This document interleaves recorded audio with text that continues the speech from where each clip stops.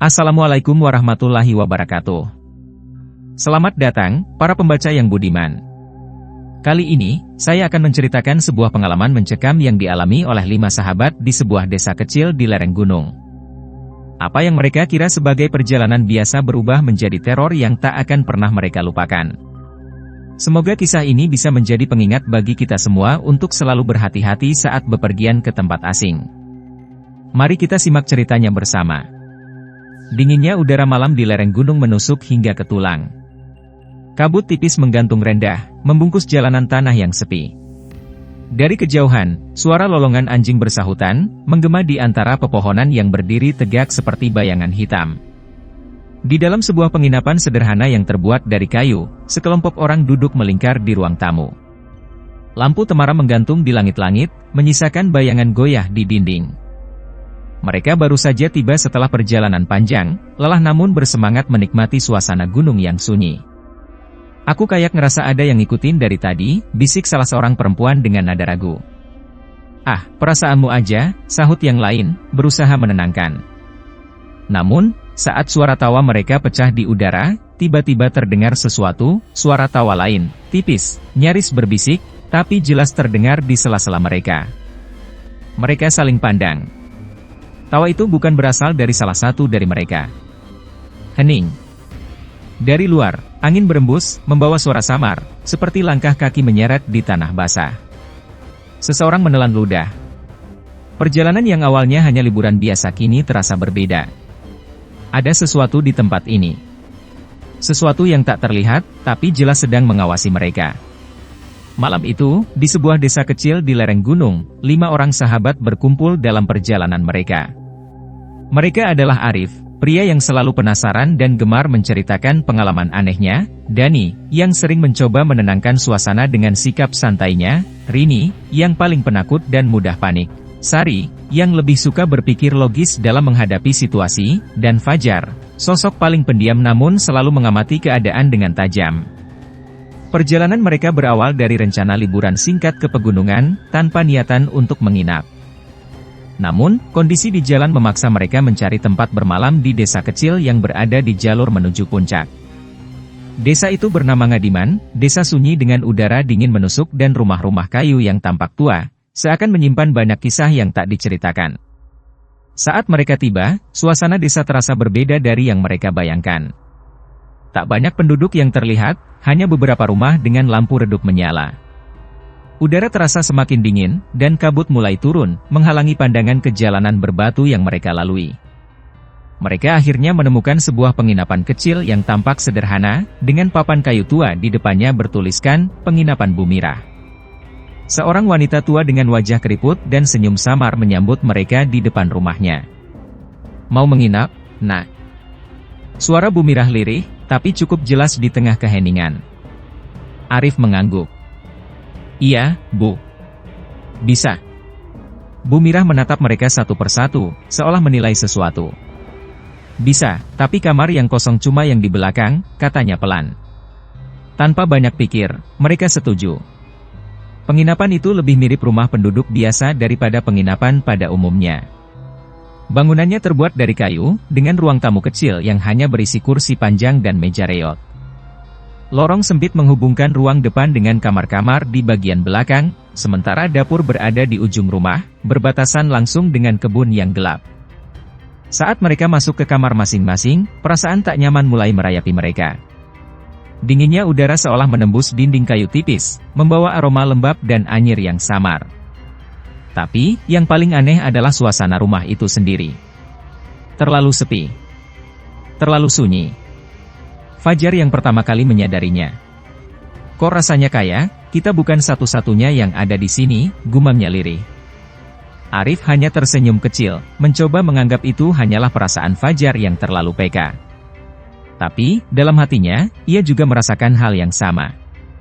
Ada sesuatu di tempat ini. Sesuatu yang mungkin belum terlihat, tapi sudah mulai menunjukkan keberadaannya. Sebelum lanjut, jangan lupa subscribe agar tidak ketinggalan cerita menarik lainnya. Malam semakin larut. Di luar, kabut turun semakin pekat, menyelimuti desa kecil itu dengan keheningan yang mencekam. Angin gunung berembus lirih, membuat daun-daun kering berbisik di tanah. Dari kejauhan, lolongan anjing kembali terdengar, seakan menandakan sesuatu. Di dalam penginapan, 5 orang sahabat itu duduk di ruang tamu kecil yang hanya diterangi lampu redup. Mereka masih mencoba menghangatkan diri setelah seharian menempuh perjalanan panjang. Rini, yang dari tadi gelisah, duduk di sudut ruangan sambil memeluk lututnya. "Kenapa, Rin?" tanya Sari. "Gak tahu," jawabnya pelan. "Cuma, tempat ini bikin aku gak nyaman. Kayak ada yang ngawasin." Dani tertawa kecil. "Biasa aja kali, Rin. Udara dingin bikin perasaanmu gak enak." Namun, tak lama setelah Dani berbicara, terdengar suara lirih dari arah dapur, seperti langkah kaki menyeret di atas lantai kayu. Mereka saling pandang. "Siapa itu?" bisik Fajar. Arif bangkit dari tempat duduknya, mencoba melihat ke arah lorong yang menuju dapur. Tak ada siapa-siapa. Rumah itu sepi, hanya suara angin yang berdesir dari sela-sela dinding kayu. "Mungkin angin," gumamnya, berusaha menenangkan diri. Namun, belum sempat mereka kembali berbincang, sesuatu yang lebih aneh terjadi. Tiba-tiba, lampu di ruang tamu berkedip beberapa kali sebelum padam sepenuhnya. Ruangan itu langsung gelap, menyisakan hanya cahaya samar dari jendela. Dalam kegelapan, terdengar suara ketukan pelan dari luar jendela kamar depan. "Tok, tok, tok." Ketukan itu pelan, tapi jelas terdengar. Sari menelan ludah. "Siapa yang di luar?" bisiknya. Tak ada jawaban. "Tok, tok, tok." Kali ini, ketukannya lebih keras. Arif mendekati jendela dengan ragu, mencoba mengintip keluar. Namun, sebelum ia bisa melihat apapun, sesuatu yang lain terjadi. Dari arah dapur, terdengar suara yang lebih mengerikan, seperti pintu kayu yang tertutup dengan keras. "Brak!" Rini tersentak, mencengkram lengan Dani. "Aku nggak mau di sini." Suaranya bergetar. Fajar berdiri, wajahnya tegang. Ada yang nggak beres di tempat ini. Arif menarik napas panjang, mencoba berpikir jernih. Namun, sebelum ia sempat mengatakan sesuatu, terdengar suara lain, suara tawa pelan, hampir seperti bisikan, berasal dari dalam kamar yang mereka tempati. Suara itu bukan berasal dari salah satu dari mereka. Suasana di dalam penginapan semakin mencekam. Rini mulai gemetar, tangannya erat mencengkram lengan Dani, sementara Sari menahan napas, matanya terus menatap jendela yang tadi diketuk sesuatu. Fajar, yang sedari tadi diam, mulai merasakan bulu kuduknya berdiri. Arif, meskipun merasa gelisah, tetap mencoba mengendalikan situasi. "Oke, kita nggak boleh panik," katanya dengan suara pelan tapi tegas. Mungkin itu cuma suara kayu rumah ini yang lapuk, atau... Tiba-tiba, suara tawa itu terdengar lagi. Lirih.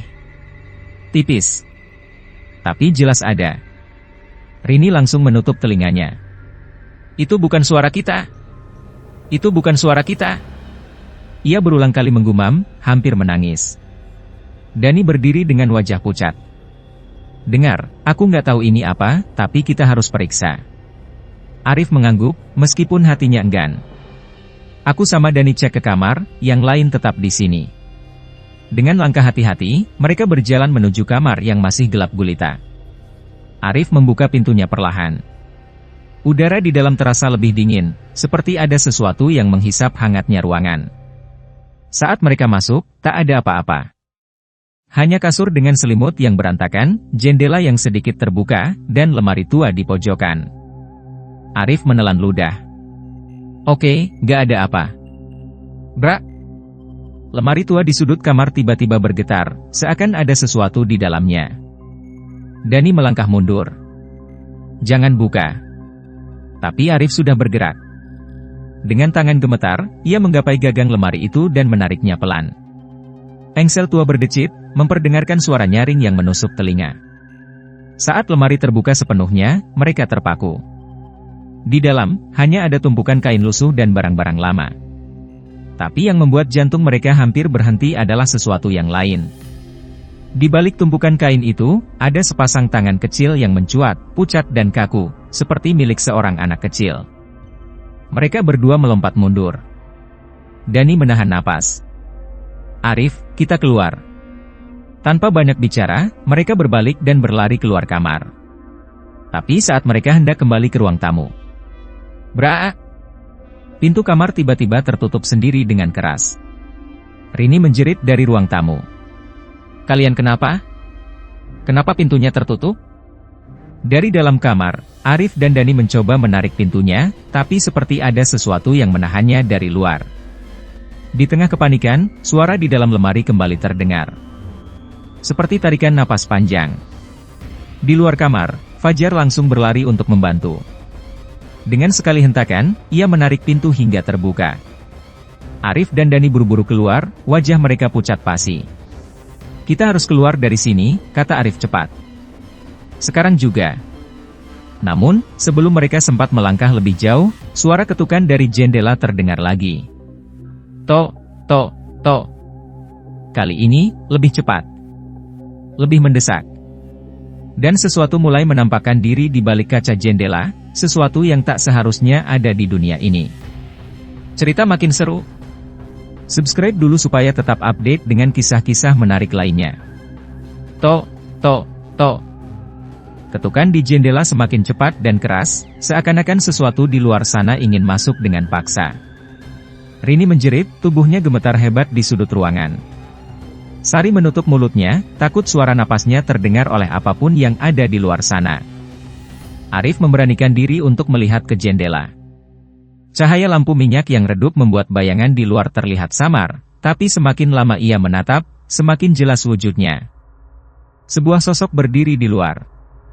Wajahnya rata, tanpa mata, tanpa hidung, hanya mulut yang menganga lebar seperti terjahit paksa. Tubuhnya kurus kering, kulitnya pucat dengan bercak-bercak hitam yang menjalar dari leher hingga ke ujung tangan yang menempel di kaca. Tiba-tiba, mata kosong itu muncul di tengah wajahnya, terbuka perlahan seperti lubang hitam yang menghisap semua cahaya di sekitarnya. Sari memekik, "Ya Tuhan! Apa itu?" Belum sempat Arif menjawab, kaca jendela bergetar hebat, diiringi suara geraman lirih dari makhluk itu. Suaranya seperti desisan ular yang bercampur dengan tawa samar seorang wanita. Fajar segera menarik Rini dari sudut ruangan dan menggenggam tangannya erat. Kita nggak bisa diam di sini. Dani, yang sejak tadi mencoba tetap tenang, akhirnya kehilangan kendali. Kita harus keluar sekarang juga.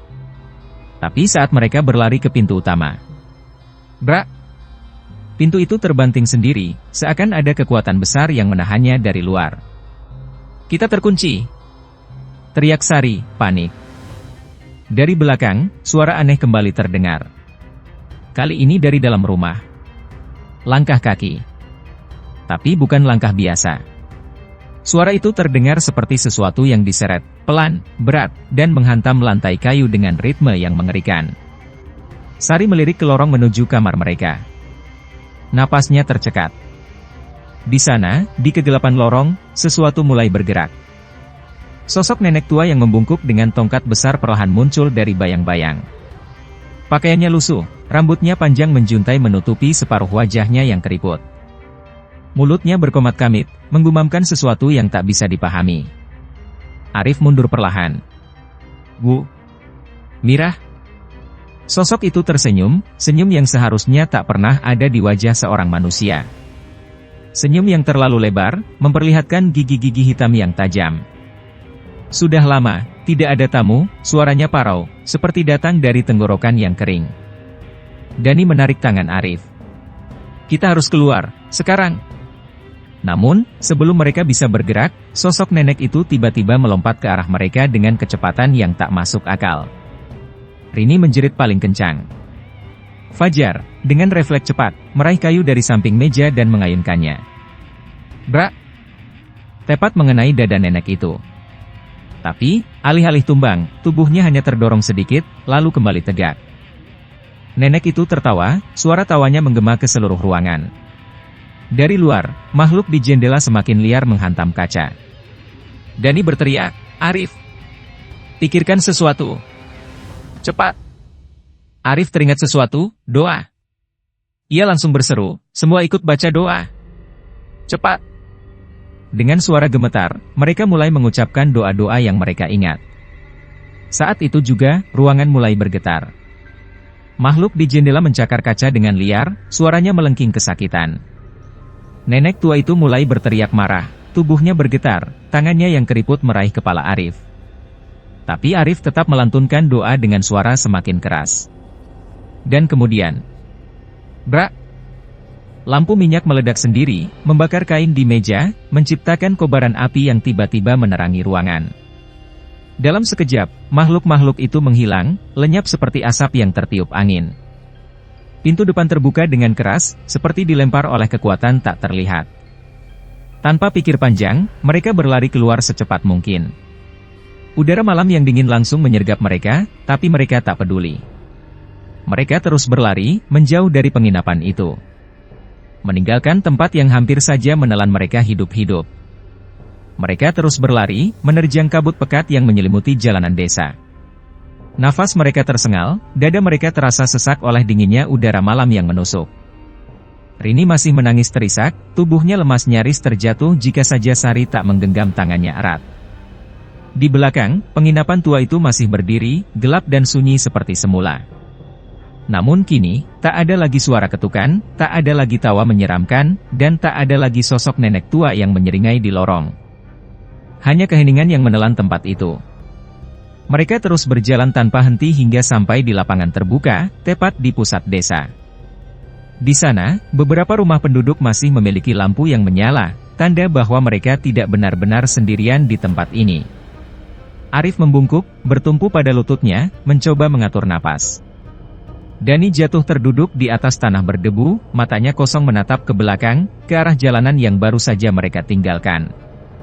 Kita nggak boleh diam di sini, ujar Fajar, suaranya serak.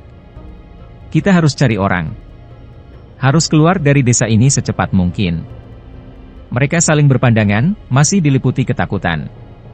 Namun sebelum mereka bisa memutuskan apapun, seorang pria tua datang menghampiri mereka dari rumah terdekat.